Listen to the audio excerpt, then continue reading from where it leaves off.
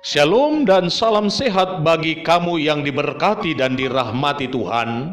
Kembali kita berjumpa dalam edisi Renungan Pagi Penyejuk Iman. Tema pagi ini, menaklukkan ambisi di bawah otoritas Allah. Untuk pelayanan firman, mari kita berdoa. Ya Tuhan, kami sangat bersyukur atas kehidupan anugerah-Mu. Saatnya sekarang kami merendukan suara-Mu. Kiranya kuasa Roh Kudus bekerja atas kami semua, yang akan memampukan kami untuk mengerti firman-Mu, dan firman-Mu menjadi motivasi bagi kami untuk menjalani hari ini. Di dalam nama Tuhan Yesus kami berdoa, amin. Firman Tuhan 1 Samuel pasal 23 ayat 17 demikian. Engkau akan menjadi raja atas Israel, dan aku akan menjadi orang kedua di bawahmu. Saudara-saudaraku, ada sebuah kisah dua orang sahabat sedang mencari harta karun. Mereka bersepakat jika menemukan harta karun itu, mereka akan berbagi sama rata, tak ada yang lebih juga tak ada yang kurang.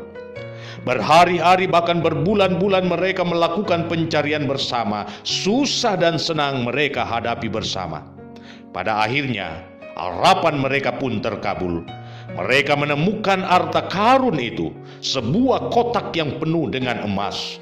Namun ketika mereka melihat hal itu, maka mulai muncul dalam hati mereka niat untuk menguasai kotak itu. Silaunya emas membuyarkan niat mulia untuk berbagi. Karena itu, terjadilah perselisihan di antara mereka yang berujung pada perkelahian.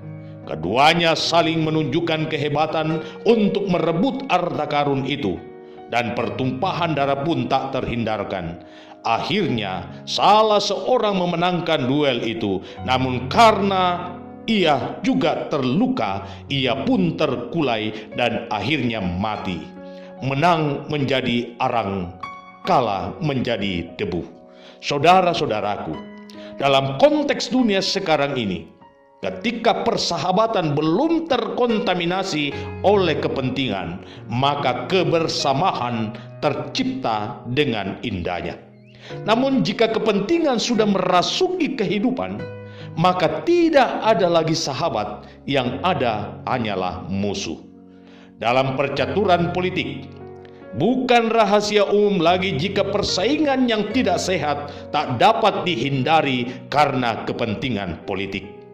Untuk memenangkan kontestasi, maka seseorang harus memiliki kekuatan dalam menyingkirkan lawan politiknya, baik itu kekuatan intelektual maupun kekuatan finansial.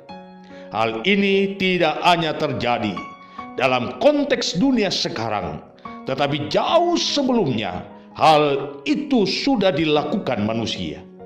Kita dapat membaca kisah pembantaian yang dilakukan oleh Herodes atas anak-anak Betlehem usia 2 tahun ke bawah. Itu bersumber dari informasi para Majus bahwa ada seorang raja yang baru dilahirkan dan mereka datang dari jauh untuk menyembahnya. Pun demikian, jauh sebelum kisah Herodes melakukan pembantaian demi mempertahankan kedudukannya, Raja Saul pun melakukan upaya penyingkiran atas Daud yang dipandang sebagai saingan. Saul tahu bahwa Daud telah dipilih oleh Tuhan untuk menggantikan posisinya sebagai raja atas kerajaan Israel Raya. Namun demi ambisi mengamankan posisi dan juga demi tegaknya dinasti keluarga, maka Daud harus disingkirkan. Apa yang dilakukan oleh Saul justru bertolak belakang dengan apa yang dilakukan Yonatan, yang notabene adalah sang pangeran pewaris takhta kerajaan. Keputusan Yonatan untuk bersahabat dengan Daud, bahkan dengan rela menyerahkan posisinya kepada Daud, adalah hal yang tidak lazim. Persahabatan Daud dan Yonatan begitu indah tergambar dalam 1 Samuel pasal 18 ayat 1 dan 4. Ketika Daud habis berbicara dengan Saul, berpadulah jiwa Yonatan dan jiwa Daud, dan Yonatan mengasihi dia seperti jiwanya sendiri. Yonatan menanggalkan jubah yang dipakainya dan diberikannya kepada Daud. juga baju perangnya sampai pedangnya, panahnya, dan ikat pinggangnya. Dan bagian bacaan hari ini sangat jelas menggambarkan sikap Yonatan yang tidak akan mengubah apa yang telah ditentukan Allah atas diri sahabatnya itu. Harusnya Yonatan membantu ayahnya untuk menyingkirkan Daud demi melapangkan jalan baginya menuju takhta, bukan? Namun semua ambisi itu dia kuburkan. Ia lebih mengedepankan kehendak Allah daripada nafsu duniawi. Dan buah dari keputusan Yonatan ini kelak menjadi berkat bagi anaknya Mephiboset.